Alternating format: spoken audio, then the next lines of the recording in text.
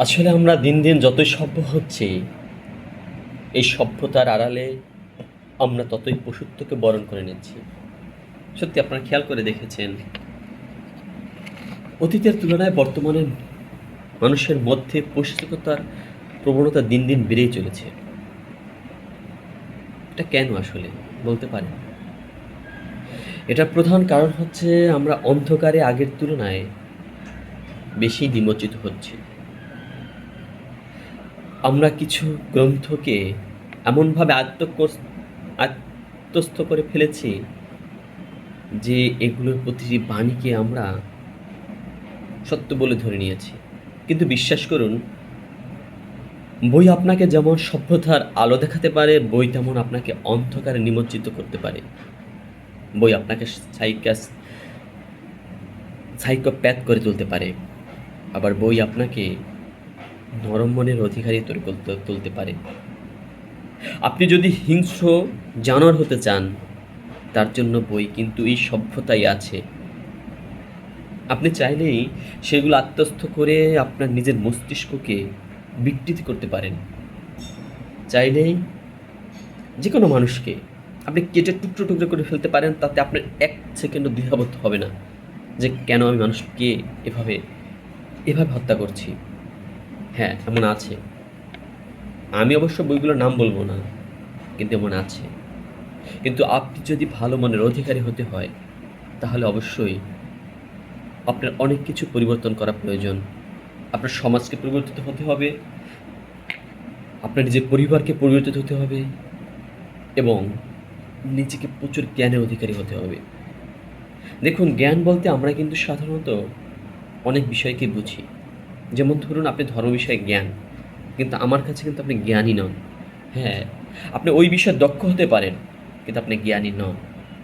আপনি ধর্ম বিষয়ে এতটাই অন্ধ হয়ে গেছেন, আপনি বিভিন্ন ধরনের মিথ বিশ্বাস করতে শুরু করেছেন। কিন্তু বিশ্বাস করুন, জ্ঞানী লোকেরা কিন্তু কখনো মিথ বিশ্বাস করে না। তারা বাস্তবতাকে কখনো উপেক্ষা করে না। তারা ফ্যাক্টকে বিশ্বাস করে। আর যারা এগুলো বিশ্বাস না করে, অবিশ্বাসকে আত্মস্থ করে নিজেকে জ্ঞানী ভাবেন, বিশ্বাস করুন, আপনারা আর যাই হন, আপনার শত শত গ্রন্থ পড়ে মুখস্থ করে ফেলুন না কেন, আমার কাছে বা জ্ঞানী লোকের কাছে আপনি কখনো জ্ঞানী ব্যক্তি না। সত্যি বলতে আমার চোখে জ্ঞানী লোক আমি দেখিনি। হ্যাঁ, এখন আপনারা প্রশ্নই করতে পারেন যে আপনার স্কুলের তাহলে শিক্ষকরা বা আপনার আশেপাশে যারা জ্ঞানী বা যারা আপনার থেকে বয়স্ক, বয়োজ্যেষ্ঠ ব্যক্তি, তারা কি জ্ঞানী ব্যক্তি না? আমার চোখে আসলে তারা জ্ঞানী ব্যক্তি না। আমি প্রতিটি মানুষকে খুব বাজেভাবে মিথ্যাচার করতে দেখেছি, অন্ধ জিনিসকে অন্ধভাবে বিশ্বাস করতে দেখেছি, আসলে যার কোনো বাস্তব অভিজ্ঞতাই নেই। আমার চোখে এমন পর্যন্ত একটা শিক্ষক বাজিনি যে শিক্ষক বলেছে, দেখো তোমরা ফ্যাক্ট বিশ্বাস করো, ওপিনিয়নকে নয়, অবাস্তবকে নয়, যেটা ইনভিজুয়াল সেটাকে বিশ্বাস করে না। আমি দেখিনি। আপনারা একটু ভালো করে খেয়াল করে দেখবেন, আপনার 99% মানুষ এই জিনিসটা দেখেননি। হ্যাঁ, একজন অবশ্য ২-১ জন দেখতে পারেন, তার মানে সকলের নয়। তাহলে বলুন, আমি কিভাবে বিশ্বাস করি? আমাদের যে জ্ঞানের গুরু, আমরা যে সক্রেটিস বলি, আসলে তাকে হত্যা করা হয়েছিল কেন বলুন তো? তাকে হত্যা করা হয়েছিল ধর্মের দোহাই দিয়ে।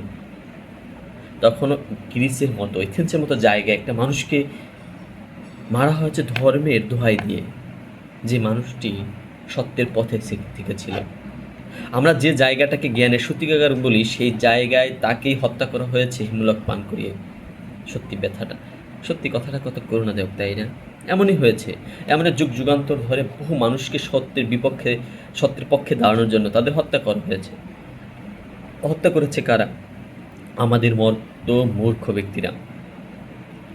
আসলে আপনি ভাবুন, মানুষ কতটা মূর্খ হলে কতগুলো অবাস্তব ধরনের কাজ করে। যেমন দেখুন, আমি দেশের নাম বলতে চাচ্ছি না, মানুষের নাম বলতে চাচ্ছি না। মানুষ কতটা অন্ধভক্তি হলে গোবর খায়, মলমূত্র পান করে। চিন্তা করতে পারেন, একটা দেশের মানুষের কতটা নৈতিক অবক্ষয় হলে এই ধরনের কাজ তারা সংযত থাকতে পারে।